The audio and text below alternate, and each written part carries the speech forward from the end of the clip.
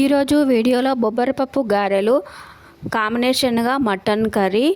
బొబ్బరపప్పు గారెలు chicken సూప్లోకైనా mutton కర్రీలోకైనా చాలా టేస్టీగా ఉంటాయి.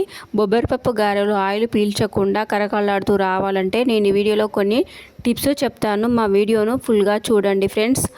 ఎలా వచ్చిందో కామెంట్ బాక్స్లో కామెంట్ చేయండి. ఛానల్ని ఎవరైనా సబ్స్క్రైబ్ చేసుకోకుంటే సబ్స్క్రైబ్ చేసుకోండి ప్లీజ్ ఫ్రెండ్స్.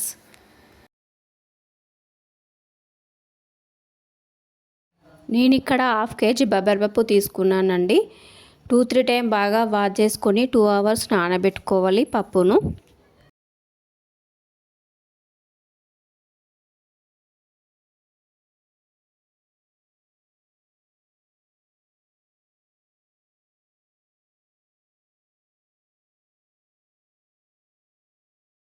బొబ్బరపప్పుకు గారెలకు కావాల్సినవి బొబ్బరపప్పు, పచ్చిమిరపకాయలు, కొత్తిమీర, కరివేపాకు, పెద్ద సైజు 2 ఆనియన్స్, వెల్లుల్లి రెబ్బలు 10, ఒక 5-6 అల్లం ముక్కలు తీసుకోవాలి.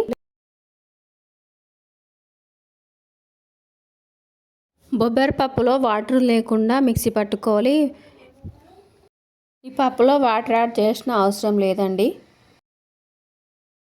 పప్పును మెత్తని పేస్ట్ లాగా పట్టుకోవద్దు, కొంచెం కచ్చపచ్చలాగా ఉండేటట్టు పట్టుకోవాలి. ఇలా ఉంటేనే మనం చేసే గారెలు ఆయిల్ పీల్చకుండా వస్తాయి. పప్పు మొత్తం mixie పట్టేసుకోవాలి.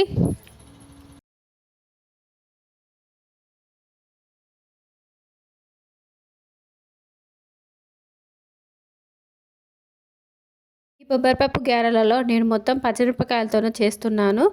Red chilli powder add చేయట్లేదు. 8 పచ్చిమిరపకాయలు, 5-6 అల్లం ముక్కలు, 5-6 వెల్లుల్లి రెబ్బలు,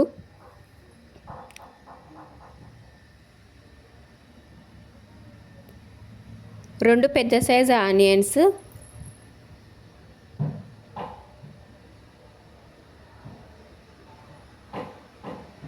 1/2 టేబుల్ స్పూన్ ధనియాలు,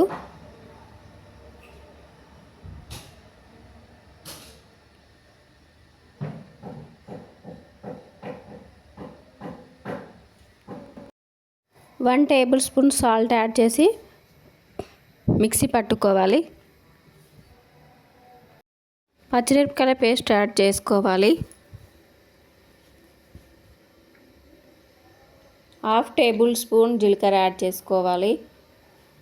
కొత్తిమీర, కరివేపాకు లీవ్స్ యాడ్ చేసుకోవాలి. 1 టేబుల్ స్పూన్ సాల్ట్ యాడ్ చేసుకోవాలి. డీప్ ఫ్రైకి సరిపడా ఆయిల్ పెట్టుకోవాలి. ఆయిల్ వేడైన తర్వాత గారెలు వేసేసుకోవాలి.